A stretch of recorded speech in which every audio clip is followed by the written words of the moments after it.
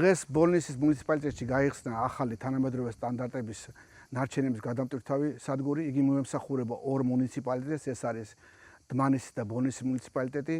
ეს შეადგენს თეცხაროში მშენებარე ნარჩენების განთავსების ობიექტის ინფრასტრუქტურის შემადგენელ ნაწილს. საბოლოო ჯამში მათი ექსპლუატაციის შესვლა გააუმჯობესებს როგორც მუნიციპალიტეტების ეკოლოგიურ მდგომარეობას, ისე რეგიონის. ვაგრძელებთ ახალი ობიექტების გახსნას. დღეს ვიმყოფებით ბოლნისის მუნიციპალიტეტში, სადაც იხსნება ახალი გადამტვირთვავი სადგური, რომელიც შედგება 4 უჯრედისაგან, მოეწყო შესაბამისი ინფრასტრუქტურა, აღიჭურვა სპეც ავტომობილებით. აღნიშნული ობიექტი მოემსახურება ბოლნისისა და დმანისის მუნიციპალიტეტებს, შესაბამისად დაიხურება ძველი ნაგავსაყრელი. ჩვენ დღეს ვიმყოფებით ბოლნისის მუნიციპალიტეტში, მყარი ნარჩენების გადამტვირთვავ სადგურში.